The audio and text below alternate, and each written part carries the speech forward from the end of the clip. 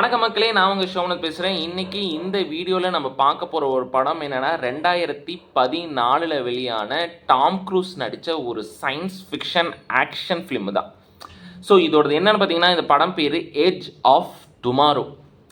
என்னன்னாங்க, இதெல்லாம் இந்த படத்தை பார்த்துட்டு தாங்க எனக்கு இந்த டைம் லூப் அப்படிங்கிற ஒரு மூவிஸ் அப்படிங்கிறதெல்லாம் ஒரு சூப்பராக ஆனதுக்கு இது ஒரு விதை அப்படின்னே சொல்லலாம்.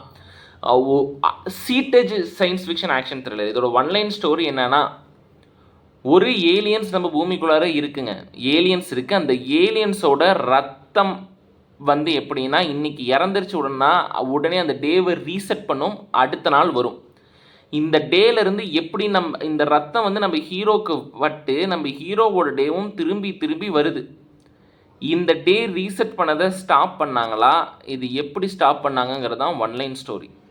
இதோட ஃபுல் எக்ஸ்ப்ளனேஷன் என்ன அப்படின்னு சொல்லி பார்த்தீங்கன்னா, நார்மலாக ஒரு கமாண்டராக இருக்கிறவங்க, ஒரு ஆர்மியில் கமாண்டராக இருக்கிற நம்மளோட டாம் க்ரூஸ் அவர்கள் திடீர்னு ஒரு நாள் இந்த ஏலியன்ஸை அடக்கிறதுக்காக வராங்க. ஒரு போர்க்களத்தில் ஹீரோவும் ஹீரோயினும் போய் சண்டை போடுறாங்க.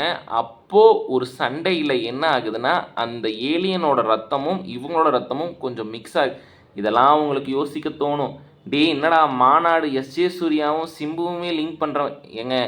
எல்லாம் அதே தான் காப்பி தான். நம்ம ஆளுங்க பற்றி தெரியாதா? இதுவும் ஒரு வகையான காப்பி. அங்கேருந்து சுட்டு அப்படி இப்படின்னு ஏதோ ஒன்று சுட்டு தான் அப்படி இப்படின்னு நல்லா அப்படியே புஷ்ஷுன்னு வருது. ஸோ அந்த கணக்கில் அதே தான், அந்த ஏலியனோட ரத்தமும் டாம் க்ரூஸ் ரத்தமும் மிக்ஸ் ஆகுது. அன்னையிலேருந்து எப்படி டாம் க்ரூஸுக்கு அந்த நாள் ரிப்பீட் ஆகுதோ அதே கணக்கில் தான் ஏலியனுக்கு ரிப்பீட் ஆகுது. என்னடா அப்படியே மாநாடை சுட்டு வச்சுருக்கீங்க, மாநாடு இதை பார்த்து அப்படியே சுட்டுட்டீங்களேடா, அப்படி தான் சொல்லணும் ஆக்சுவலாக. ஏன்னா இது 2014 வந்துருச்சு. ஸோ இதெல்லாம் தான் அந்த விதையே, மாநாடோட விதையே இங்கேருந்துலாம் தான் வந்திருக்கு. ஸோ அப்படி அதே மாதிரி எப்போ போய் அதோட குயின், அந்த ஒரு மெயினான ஒரு ராஜா ஏலியன் இருக்கும் பார்த்தீங்களா, அதோட ஹார்ட்டை வெட்டினா தான் மொத்தமாக இது ஸ்டாப் ஆகும்.